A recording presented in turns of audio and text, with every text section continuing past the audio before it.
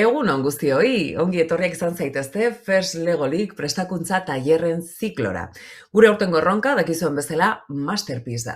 Desde hoy hasta el 23 de enero, profesionales STEAM nos darán respuesta a muchísimas preguntas que plantearemos, entre otras, por ejemplo, ¿quieres saber qué se esconde detrás de un teatro? ¿O te gustaría trasladarte al siglo IX por medio de la realidad virtual? También otra, ¿sabías que hay una manera de crear moda a través de organismos vivos? Artean lan egiten duten profesionalek asko irakatsi diezagukete, zentzu askotan gainera. Nola komunikatu, nola parte hartu, eta edozein tamainako publiko aurrean duzuela, nola entretenitu ere besteak beste. Haiekin gure zaletasunak eta interesak modu sortzailean batez ere partekatzeko aukera izango dugu, baita ikasi nola egin ere.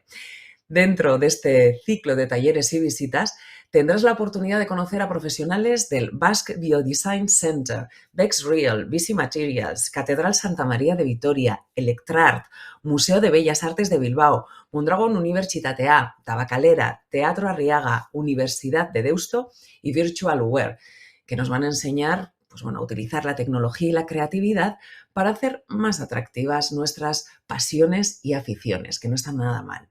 Prestakuntza tailer hauek Berrikuntzaren Euskal Agentzia Innovaskeri esker egiten dira Eusko Jaurlaritzako Hezkuntzaren Sailaren STEAM Euskadi estrategiaren barruan kokatzen direlarik. La sesión de hoy, ¿cómo se titula? Me encanta además este título. Lo visible y lo invisible, donde conoceremos cómo se conservan, estudian y exhiben las obras de arte con las que trabajan. Nos contarán cómo se diseña una exposición y qué elementos tiene que tener pues, para que los cuadros, esculturas, grabados y demás obras de arte se muestren de la forma más atractiva para el público existente o visitante. Quiero agradecer, por supuesto, al Museo de Bellas Artes de Bilbao e Innovasque por su colaboración y por hacer posible este taller. La sesión, como sabéis, y si no lo sabéis os lo cuento, más o menos 1 hora va a ser su duración. En la primera media hora, nuestra ponente compartirá con nosotros y nosotras su proyecto. Y en la segunda parte, pues vamos a dar respuesta a todas esas preguntas que nos hagáis llegar a través del módulo de preguntas que encontraréis junto con esta emisión. Por favor, esaiguzue baita ze ikastetxeetatik idazten diguzuen, ¿vale? De comentarnos también, indicarnos de qué colegio nos escribís, que nos encanta poder decirlo en alto. Has gaitezen orduan, zuek guztiokin, Silvia García, coordinadora del área de actividades del Museo de Bellas Artes de Bilbao. Mila esker, bai Innovaske eta First Lego League Euskadirekin bat egiteagatik. Silvia, zurea da hitza, cuando quieras. Mila esker zuei. Muchas gracias por la invitación en este taller de First Lego League. Espero que podamos, que pueda despertar vuestro interés por la ciencia y la tecnología a través del mundo del arte y de los museos en concreto. Voy a compartir la presentación. Bien.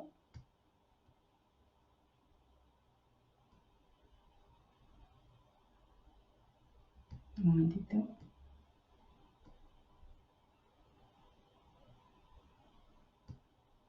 No sé si lo estáis viendo. Sí. ¿Sí? ¿Lo veis? Vale, perfecto. Sí. Bueno, habíamos en ese taller, cuando me dijeron de poner un título donde pudiera ser atractivo también para poder entender qué es lo que se puede ver o vivir en un museo y siempre vinculado a, bueno, pues al First Lego League, ¿no?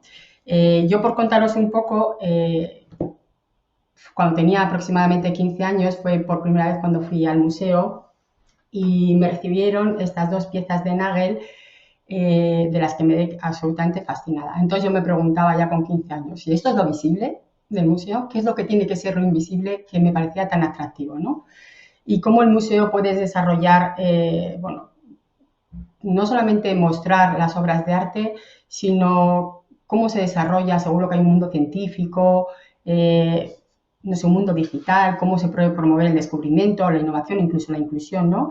Y cómo se puede trabajar en un museo para poder conseguir lo que los visitantes pueden llegar a ver.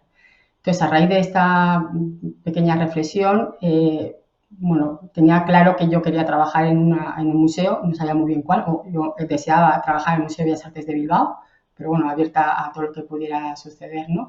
Y entonces sí que me dediqué a, bueno, fui a estudiar en la Facultad de Bellas Artes, que bueno, pues engloba diferentes disciplinas, ¿no? Desde diseño, audiovisuales, pintura, escultura. Para aquellos que no conozcáis, bueno, pues la diversidad que tiene la facultad, os he traído un pequeño vídeo que muestra las cosas que se hacen allí en la facultad.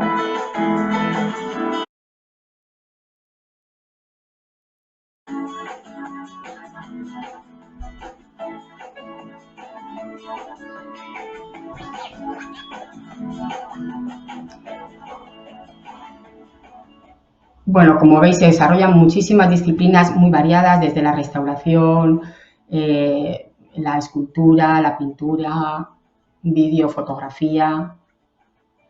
Es decir, aunque pueda parecer unos estudios que, por supuesto, estarán dentro del mundo de las bellas artes y la pintura y la escultura como igual disciplinas más, bueno, que permanecen más en el tiempo, hay otras disciplinas que se van desarrollando y que están absolutamente ligadas a lo digital y a lo científico, como puede ser también la restauración, que luego os explicaré en ese taller, ¿eh?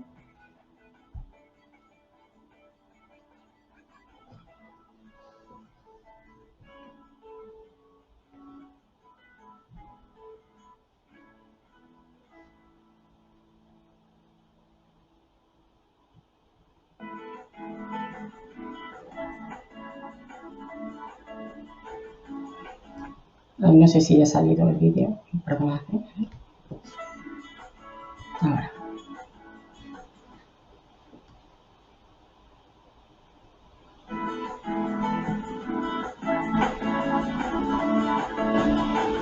Estaba en el taller de grabado, el dibujo, bueno, la parte tecnológica también, el dibujo tecnológico, el dibujo a mano alzada.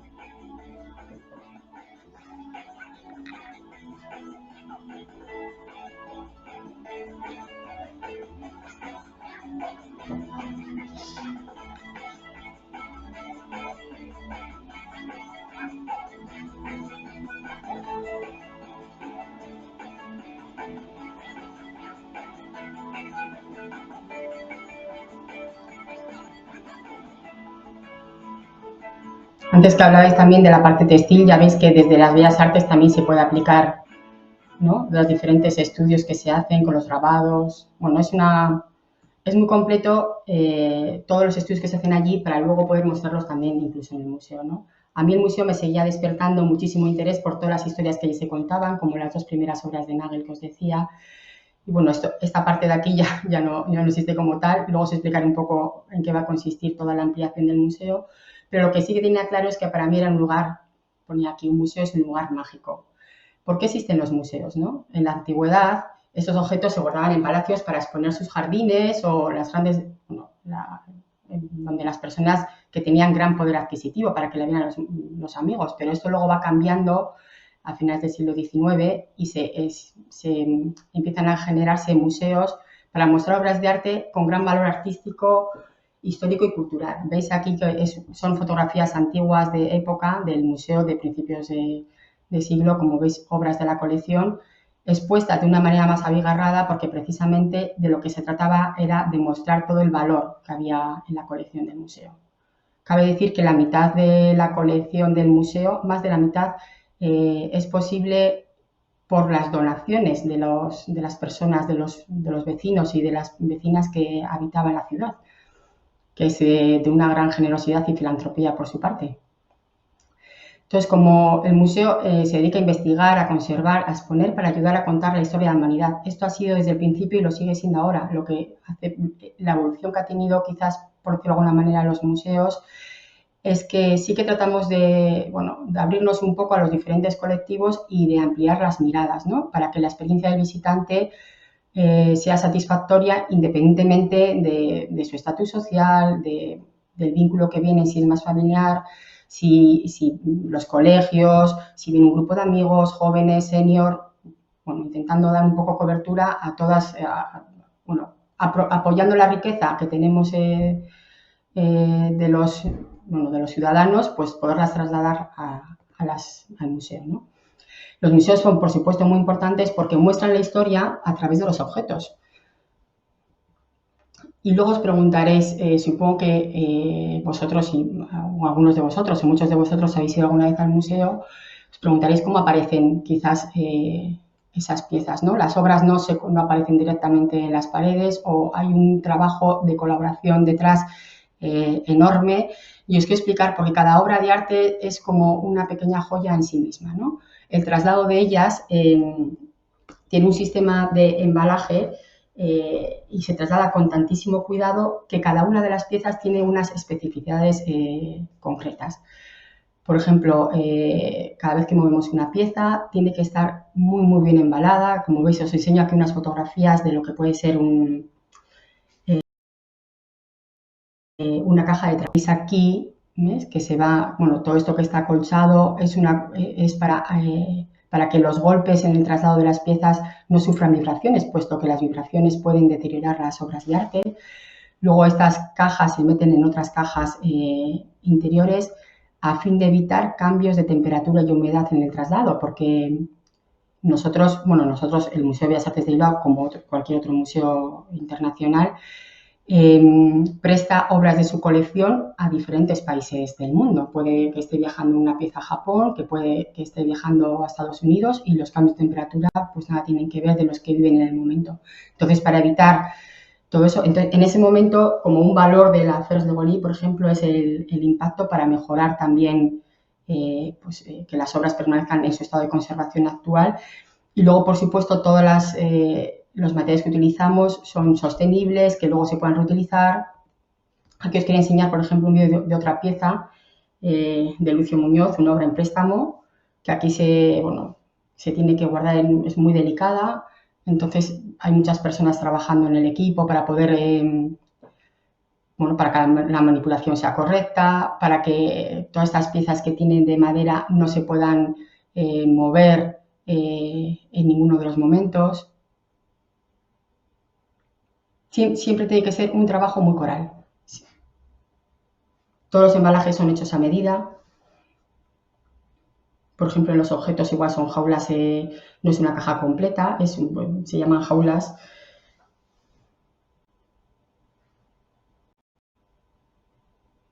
Veréis que ahora esto, que se llama un marco de viaje, se va a introducir en una caja de madera, que son cajas específicas de museos. Veis que tienen todo ese material interior que está hecho para que sean antivibraciones, sea estanco, que si llueve no pasa absolutamente nada, evitar cualquier tipo de filtración. Esto se queda encajado, la tapa ahora con la pieza y eso ya no se mueve para nada.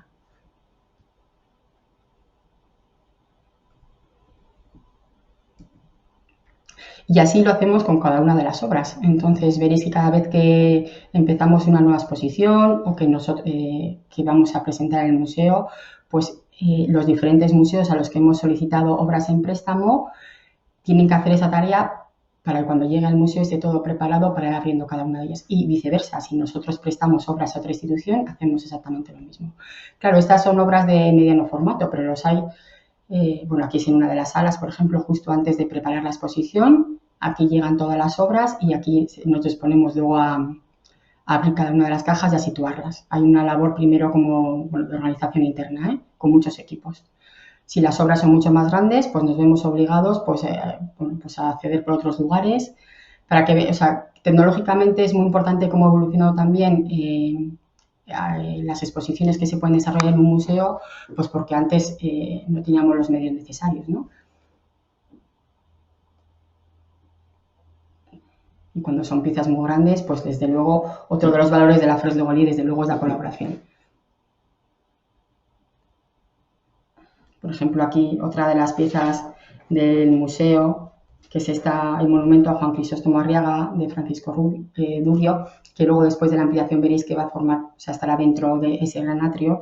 Este bronce dorado sobre el basamento de granito rosa, que representa la figura que representa Euterpe, tenía mucha polución y hubo que restaurarla.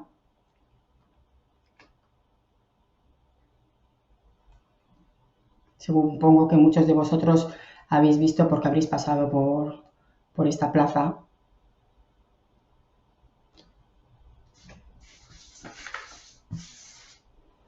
Tenía mucha acumulación de polución y suciedad y, bueno, había escorrenterías en la zona de la caída del agua formada por, bueno, pues por concreciones verdosas, cloruro de cobre, y entonces, bueno, pues afeaba la escultura y entonces pues se restauró. Ahora mismo, bueno, ya veis quitando todas las piezas también del granito.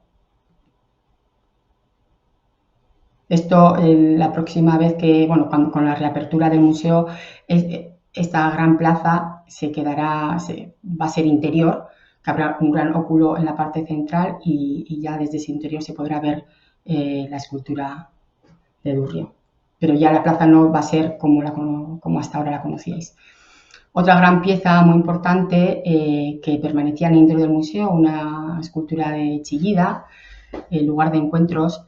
Bueno, hasta cuando sale el edificio antiguo estaba aquí dentro, que os podéis imaginar la labor que tuvo que ser introducir esta pieza de 16 toneladas en el interior del museo. Ya en el año 2000 salió, estas son fotografías de archivo, salió ya al exterior y bueno, en este espacio ha estado hasta marzo de este año, que bueno, yo creo que posiblemente sea uno de los trabajos más colaborativos que hemos hecho hasta el momento. A raíz de la ampliación del museo teníamos que trasladar esta pieza y Chidaleku acogió esta monumental escultura para situarla allí durante las obras de ampliación, ¿no? Para la creación, bueno, os voy a enseñar algunas fotografías porque fue un trabajo, ya os digo, que de muchísima colaboración. A nivel tecnológico, como tuvimos que trasladar esta pieza.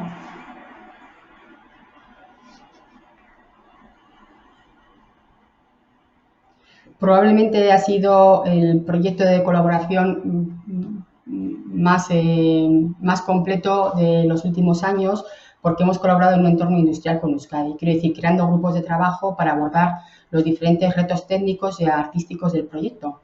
Trabajamos con Tecnalia, que es el mayor centro de investigación y desarrollo tecnológico de Euskadi, del Estado, y que diseñó la estructura que vais a ver después en Chillida-Leku, adaptándola a las condiciones del terreno del propio lugar. Y con Loire Gestamp, que nos ha dado su apoyo para la ejecución e instalación de la escultura, ¿no?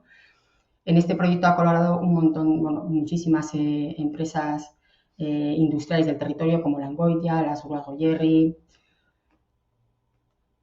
porque no solamente era un trabajo con un carácter artístico, sino también técnico muy importante,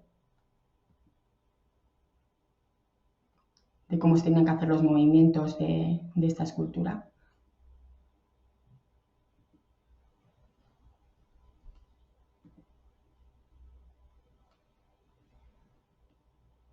El lugar este es el lugar de Loire Gestamp donde guardamos la pieza, bueno, porque todos estos trabajos, solamente el traslado llevó como 12 horas poder hacerlo.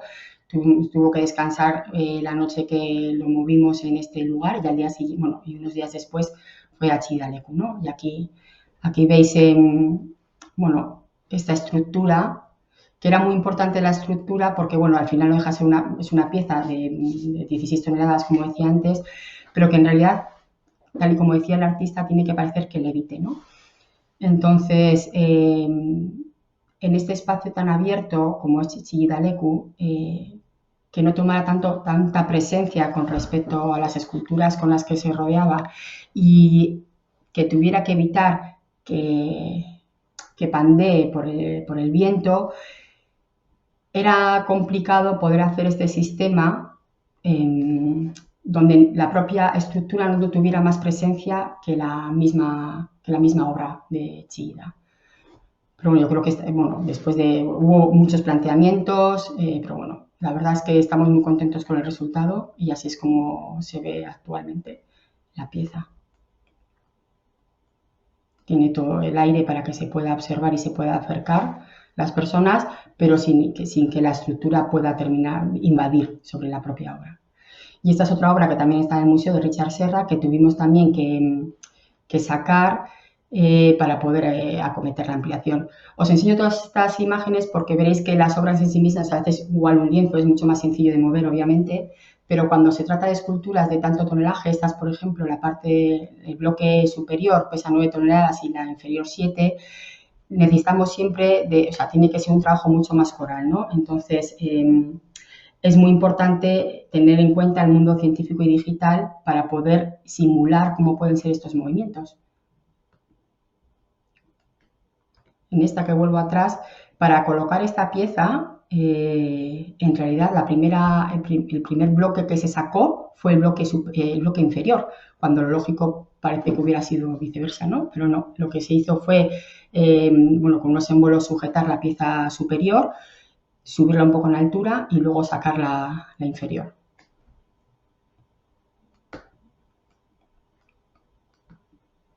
Otra pieza que tenemos también, que es de Juan Muñoz, que está en el Jolicaza. Pues como podéis ver, todas estas maniobras, por ejemplo, a la altura que se tiene que colgar, unos motores que están colgados por encima de ese techo, siempre son trabajos de innovación, porque a veces nos enfrentamos a situaciones a las que tampoco estamos acostumbrados en el museo, ¿no? Y por eso es muy importante siempre trabajar en colaboración con técnicos que nada tienen que ver con el mundo del arte, pero que ahí está, en esa parte coral de los trabajos, ahí es donde te surgen los resultados o las ideas para poder llevar a cabo los proyectos de manera satisfactoria. Y aquí una pieza de Orfeo que nunca había salido del museo hasta ahora mismo que se está restaurando, pero una pieza maravillosa que había estado casi 100 años, ¿no?, en el museo. Sabéis que para todos los movimientos suponen de un estudio previo muy, muy importante y que siempre tiene que ser llevados a cabo con muchísima gente, porque está el departamento de registro y exposiciones, pero también está el departamento de restauración, que son los que dicen cómo tienen que manipular, luego las propias personas técnicos de montaje. Y una pieza, os enseño, esto es una pintura de Gauguin, que fue el primer Gauguin que llegó a España, a las colecciones públicas, pero veréis que queríamos mostrarlo de una manera distinta porque detrás está la firma y hay una dedicatoria del propio artista y queríamos mostrar el anverso y el reverso de esta pieza y también técnicamente con otros equipos multidisciplinares, pues llegamos quitándole el marco a la pieza y poder enseñarla de una manera con un cristal muy especial que no diera reflejos, que veréis que siempre la tecnología está, aunque no lo parezca, la tecnología siempre está al servicio del mundo del arte. Y así es como se queda en la exposición. Esto fue un proyecto que hicimos que se llama el ABC, el alfabeto del museo. Ordenábamos la colección en base a las palabras y fue un trabajo conjunto con Kirmen Uribe. Fue un proyecto interesantísimo, la verdad es que funcionó muy bien, te permitía hacer, a raíz de las palabras, ordenar la colección. Y luego aquí me gusta llamarle la caja fuerte porque es como el core, ¿no?, del museo. Esto es el lugar donde están los almacenes. Nosotros exponemos habitualmente un 10 o un 20% de obras de la colección. La colección la forman unas 20.000 obras. Ahora mismo incluso exponemos menos porque tenemos el museo reducido, o sea, el museo abierto, pero solamente está el edificio antiguo disponible. Esto aquí donde se guardan, en estos almacenes, es donde se guardan las obras. Esto que se extiende hacia afuera se llaman peines y van con unos rodamientos para poder entrar y meter y sacar este panel sin problema. Durante el verano pasado tuvimos que trasladar la colección porque a raíz de la ampliación el museo se ha visto obligado a adaptarse a la nueva normativa y por tanto hemos tenido que indifugar todo el edificio antiguo y los almacenes incluidos, entonces tuvimos que trasladar toda la colección en un operativo sin precedentes pero que precisamente por hacerlo de forma conjunta y, bueno, ayudándonos con los diferentes técnicos de los departamentos, conseguimos llevar satisfactoriamente. Esto es una parte, pero bueno, quiero decir que al final se tuvieron que trasladar las 20.000 obras y luego ya volver a su sitio. Estos almacenes que hemos aprovechado para mejorar los rodamientos, tiene un sistema, bueno, estamos trabajando en un sistema de códigos QR de manera que los lectores vayan directamente, bueno, hay que llevar todo en una base de datos porque os podéis imaginar que no se pueden guardar las obras en cualquier sitio, tiene que estar todo súper registrado porque si un investigador, otra universidad, otro museo viene a ver una obra o nosotros mismos necesitamos una obra para estudiarla o porque la queremos exponer, tenemos que saber en qué lugar se encuentra, ¿no? Todo eso está todo informatizado a través de un programa informático que es una red de museos vasco que se llama EMSIME, que está visible al ciudadano también esta información, por si queréis trastear. Y que por supuesto se van mejorando también, porque estas aplicaciones informáticas siempre están como al servicio también de las instituciones para dotarlas de mejoras. Pues esto, nosotros estamos trabajando con los códigos QR, que es utilizando el código QR tú directamente lo puedes actualizar en la base de datos, ¿no? Instantáneamente. Antes igual era de manera más manual. O sea que tecnológicamente aquí también es una baza muy importante. Y luego está la parte de lo visible y lo invisible, que es lo que da título a la exposición, y es porque, bueno, cuando hablamos de esto sobre todo es todos los estudios científicos que se hacen de las obras, sobre todo en el Departamento de Restauración y Conservación, bueno, se utilizan unas técnicas de documentación basados en infrarrojos que permiten, bueno, primero ver los dibujos subyacentes, mostrar los arrepentimientos o detectar restauraciones anteriores, ¿no? ¿Veis? Esto, por ejemplo, esto sería una reflectografía infrarroja. Esto, claro, en los museos no se puede ver, pero eso nos permite a nosotros, veréis, no sé si veis con mi ratón si os señalo, ¿veis? Todas estas líneas son dibujos que iba haciendo el propio artista, en este caso Mandy. Aquí igual en esta foto se ve mejor. ¿Veis aquí, por ejemplo, un puñal? Estos se llama dibujo subyacente. Quiere decir que esto existe en el cuadro, pero por algún motivo el artista decidió no pintarlo en el último momento, ¿no? ¿Veis? Por ejemplo, aquí tiene como esta espumadera y aquí pues tiene otro. Pues la tecnología, que antes no podíamos descubrir esos detalles, la tecnología, que es otro valor de la Feroz Legolí, el descubrimiento. Con este sistema de reflectografías infrarrojas nos permite conocer también más al artista, incluso los pigmentos que utilizaba para detectar, por ejemplo, bueno, pues, por ejemplo, se puede detectar incluso cosas que sean falsas, ¿no? O sea, en obras que se han terminado y de repente se han firmado con fecha posterior y uno al estudiar los pigmentos te das cuenta que no tiene la misma época que la pintura y ahí puedes descubrir que hay algo que se distorsiona. Por ejemplo, esta otra obra de Arrue, veréis que es una obra que es un arrepentimiento porque en la obra original era en vertical y se ve aquí a unas mujeres, pero en algún momento el artista Arrue decidió reutilizar este lienzo en vertical y hacer otra escena. Pues estos descubrimientos son gracias a estas tecnologías. Y, por ejemplo, las radiografías, por ejemplo, parece que se utilizan en medicina, también las utilizamos en los museos para investigar, pues aporta datos fundamentales sobre la estructura interna de las esculturas y permite valorar también el tipo de material, ¿no? Como se ve cómo están los clavos o los vástagos, o obras que se han roto, se han cascado, nosotros con diferentes métodos somos capaces también de ensamblarlas.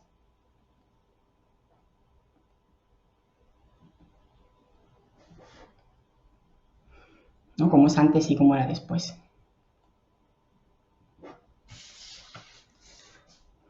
El Guernica Ibarrola, recientemente fallecido hace unos días. Bueno, pues aquí veis cómo se hacen estos estudios. Aquí es en el taller de restauración. Y aquí, bueno, con todos los elementos químicos para detectar qué pinturas usaban en cada... ¿no? Son estudios químicos. Y luego cómo queda expuesto después de la restauración. Ese es otro momento, por ejemplo, dentro de la restauración, aparte de lo que os explicaba antes, también está la limpieza con hisopos, que es una técnica que es muy delicada porque es totalmente irreversible. Entonces aquí el factor humano es muy importante. Hay que tener una técnica, sensibilidad artística y tener conocimientos. Y veréis, cómo se puede ir limpiando. A veces el deterioro de las obras puede venir por la contaminación, por a veces barnices que se han utilizado que no eran los adecuados.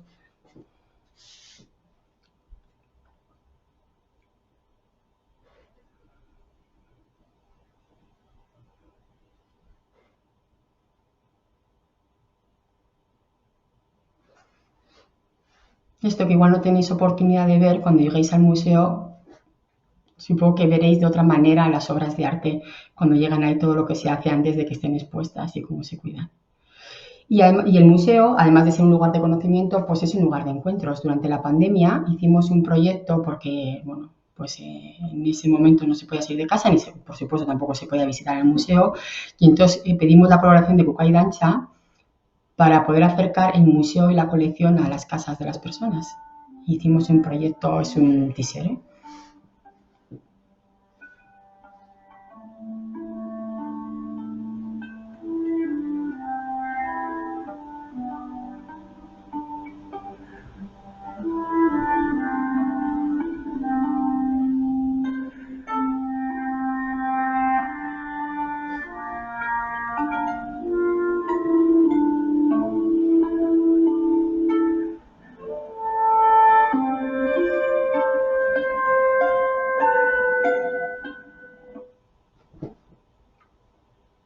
Esa también en la web del museo si queréis conocer un poco más. Y bueno, y esto es como vosotros os encontráis cuando vais al museo y veis una exposición, ¿no? Todo lo que os iba contando antes ha sucedido siempre antes de llegar a este punto. Depende de la complejidad del proyecto, se puede trabajar hasta 5 años antes en ellos y depende si es una cosa más sencilla, pues 1 año antes. Pero hay muchísimo trabajo detrás para conseguir que es muy, muy participativo, siempre en colaboración con equipos técnicos, no solamente del mundo del arte, sino, ya os digo que pues también tecnológicos y sin abordar un poco el tema de iluminación, pero que también es otra parte muy, muy importante, desde luego, para la puesta en escena final, porque también la escenografía en sí misma, cómo tiene que ser el tamaño de las propias peanas, el peso que tiene que soportar, dónde se tienen que abrir los vanos o cerrar para crear una dinámica. Se colabora con arquitectos, con ingenieros. Esta escultura, por ejemplo, que pesaba 1 tonelada, esta exposición de Mendiburu, pues no podía situarse en cualquier lado. Hay que ver también con los ingenieros dónde se soportan los pesos de las vigas. O sea, se hacen unos estudios, estudios de manera siempre participativa y trabajando siempre. Es muy importante trabajar en colaboración con equipos multidisciplinares. Aquí antes habláis también de la parte textil, del diseño y textil, aquí con una obra invitada de Palegarera. Y en la parte, también se trabaja con proyectos audiovisuales. Aquí hicimos una expresión del Jardín Infinito.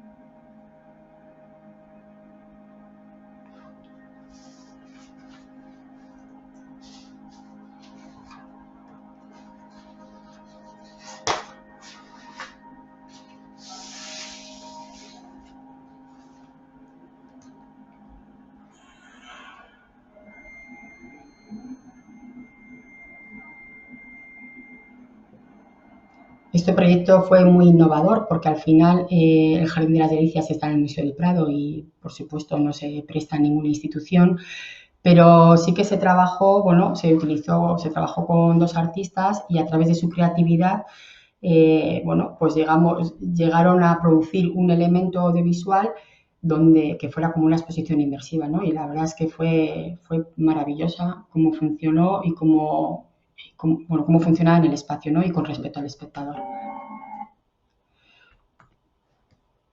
Bueno, aquí quería enseñaros también cómo son otras esculturas. Y un proyecto muy reciente que hemos tenido este verano con 3 fotógrafas mujeres. Esta es una fotógrafa que se llama Corinne Bionet, una fotógrafa suiza, que crea fotografías elaboradas a partir de bases de datos públicas que superpone y sedimenta en la imagen final. Esto es que el artista genera fotografías sin haber visitado la ciudad. Entonces, esto también como en un rasgo también del First Slowly de innovación, para que veáis lo que la tecnología puede llegar a dar resultados fascinantes también, depende cómo se utilicen, porque es una fotografía maravillosa. Ella hizo una serie de 8 fotografías, incluida el Ayuntamiento de Bilbao, el Guggenheim, y en realidad han sido fotografías hechas desde su mirada sin haber visitado la propia ciudad, ¿no? Y otro proyecto de innovación, este es un proyecto que trabajamos habitualmente, que se llama Arte para Tocar. Es un proyecto para dar accesibilidad visual. Entonces, con el objeto de hacer accesible el aprendizaje y disfrutar a personas con discapacidad visual, hemos generado como obras de la colección, pero en 3D, ¿no? Que te permiten ir tocándolas para entender cómo, o sea, reproducir obras de la colección, pero en relieve. Es un proyecto que funciona muy bien y se trabaja por los diferentes centros escolares. Empezamos en Vizcaya, Guipúzcoa, y este próximo curso, el 23-24, iremos por los centros de Álava. Permite también ponerse en el lugar del otro, empatizar y de ser una cosa, y trabajar el valor de la inclusión, tan importante también es otro de los valores, ¿no?, de la Fresh Legoli. Un proyecto que funciona también muy bien. Quiero decir que siempre hay muchos valores que se engloban dentro de lo que hacemos dentro del mundo de los museos. Y el museo también organiza otras actividades que pueden ser más lúdicas, talleres con encuentros de artistas, conferencias, ciclos de cine, conciertos, artes en vivo que incluyen performance, vistas guiadas un poco más al uso, que nos ayudan a tener experiencias para comprender mejor las obras de arte, ¿no? Y aprovecho a deciros que todas son gratuitas para los menores de 25 años, para que os animéis. Incluso estamos abiertos a, si tuvierais alguna inquietud que no está, que no la tenemos reflejada dentro del museo, que yo estaré encantada de recibir esas aportaciones para que podamos desarrollarlas internamente en el equipo de actividades públicas, porque queremos abrirnos al público, pero desde luego al público joven, más aún, porque es nuestro como lo que más nos cuesta, ¿no? A donde más nos cuesta llegar. Y en este proceso de cambio veréis que os enseño una imagen de la fachada actual del museo. El museo, con la transformación, seguiremos entrando por esta puerta principal, y este es el museo, es una infografía del proyecto de Foster y Uriarte, que se prevé ya inaugurar en un año aproximadamente. Y aquí os enseño un vídeo de cómo va a ser el museo futuro.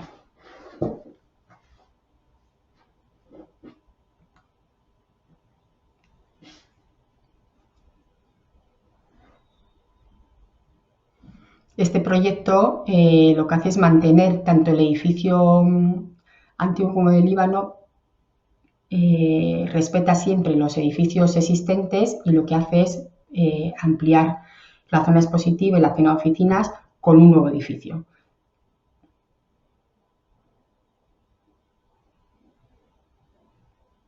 Recuperando, esto es lo que os decía, la fachada antigua, porque después, con la última ampliación del año 2000, el acceso ya no era por esta puerta, sino por la parte del parque Doña Casilda.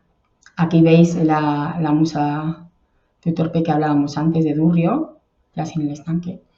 Aquí la pieza de Chillida, cuando vuelva de Chillida Leku, la colgaremos aquí de nuevo. Será también otra labor de ingeniería y de trabajo colaborativo con diferentes empresas.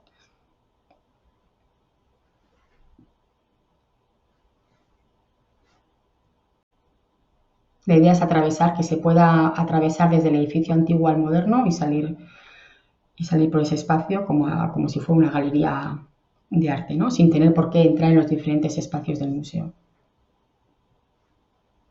Bueno, esas columnas en V, esos pilares, eh, es, un, es una labor fantástica de cómo los ingenieros y los arquitectos resuelven los problemas, esos problemas sin que sean demasiado, sin que tomen demasiada presencia también en el museo.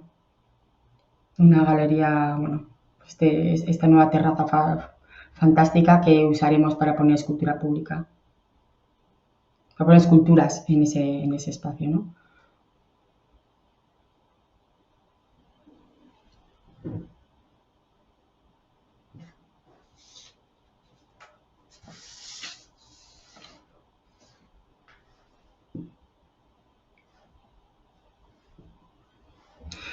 Y luego, pues por último, deciros que el museo ahora mismo trabaja en 3 grandes proyectos. Uno es el de Gravitas, que es el nombre del proyecto de ampliación, para dotar con el objetivo de que sea más tecnológica en su imagen, más humanística en su enfoque y más ecológica en su sostenibilidad, ¿no?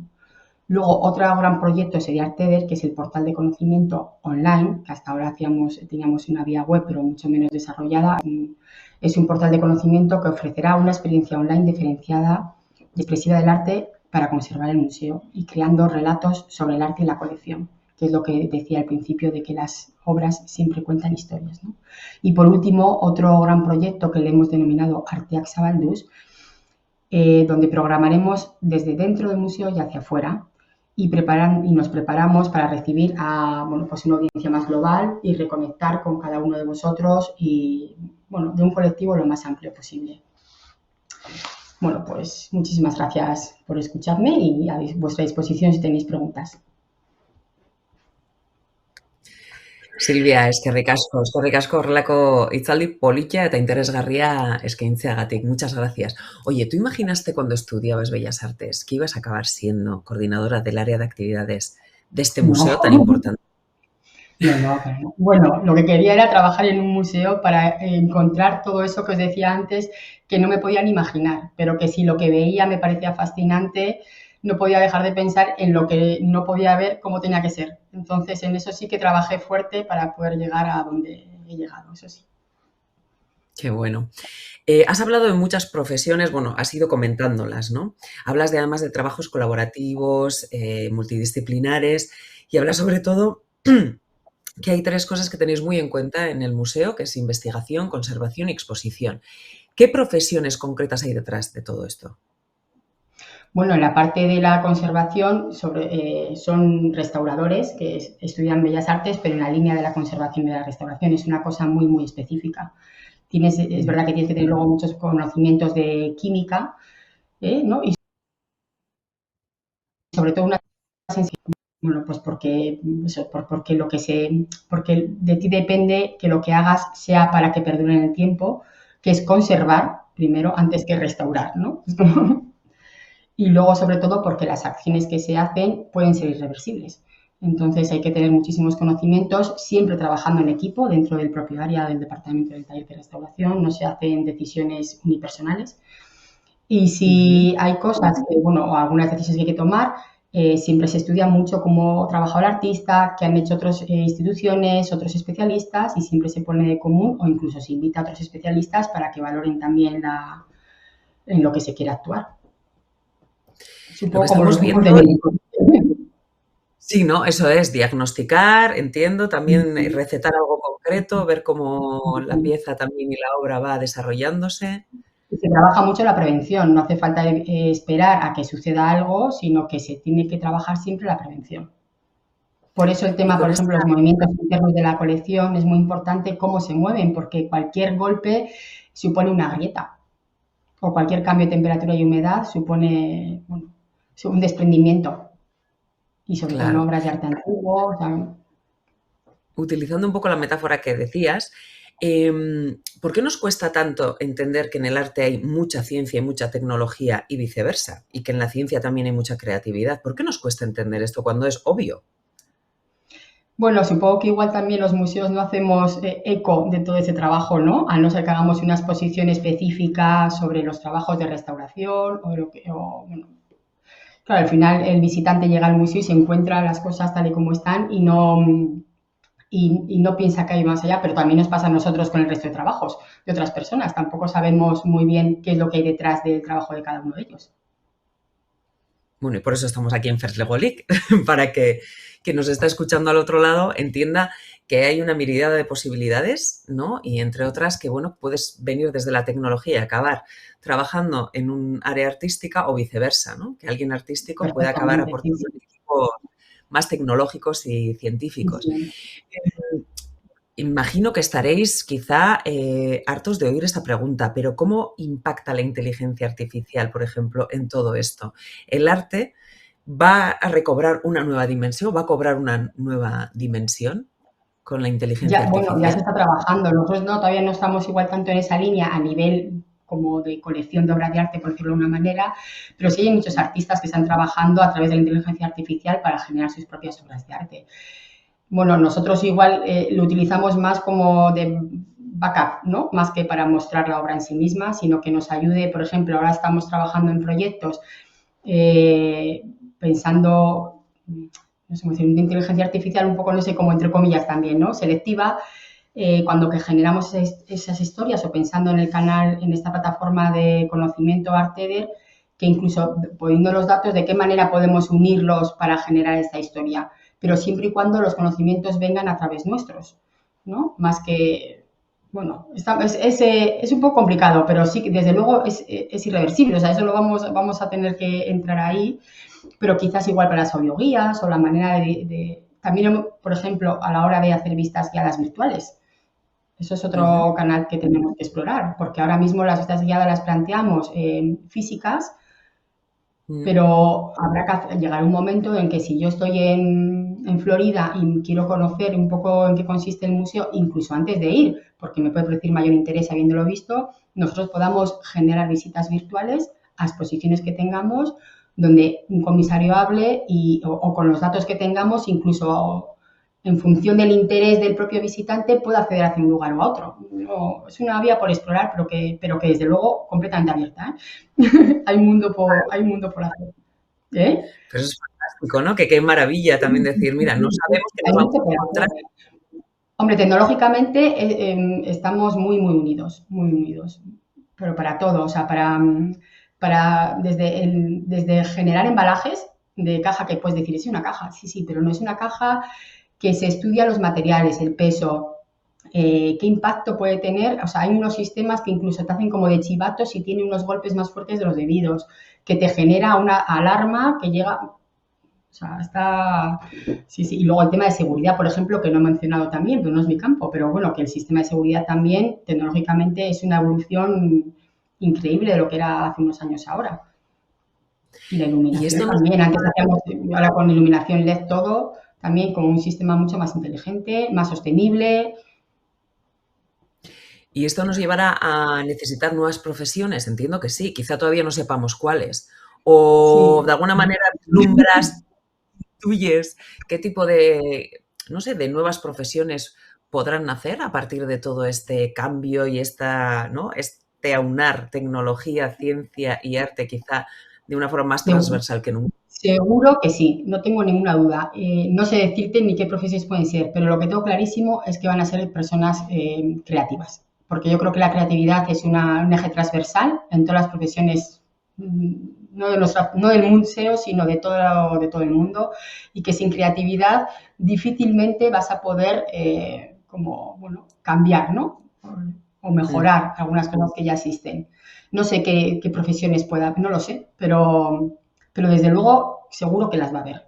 Y que somos equipos cada vez más diversos, ¿no? O sea, yo estudio Bellas Artes, tengo compañeros de Historia del Arte y por supuesto hay arquitectos, más ingenieros, bueno, más gente del mundo vinculado a las ciencias más que a las letras, desde restauradores, administrativos, periodistas, Es lo que abogados. comentas. Al final, la creatividad es un valor transversal, ¿no? Y al final se trata más de Totalmente. que la propia persona lo posea y lo entrene, porque la creatividad se puede entrenar. por supuesto. De hecho, nacemos todos con ella. Lo que pasa que Ujú. uno se va aplanando a medida que se va educando también, ¿no? Pero somos creativos por naturaleza, el ser humano es creativo por naturaleza.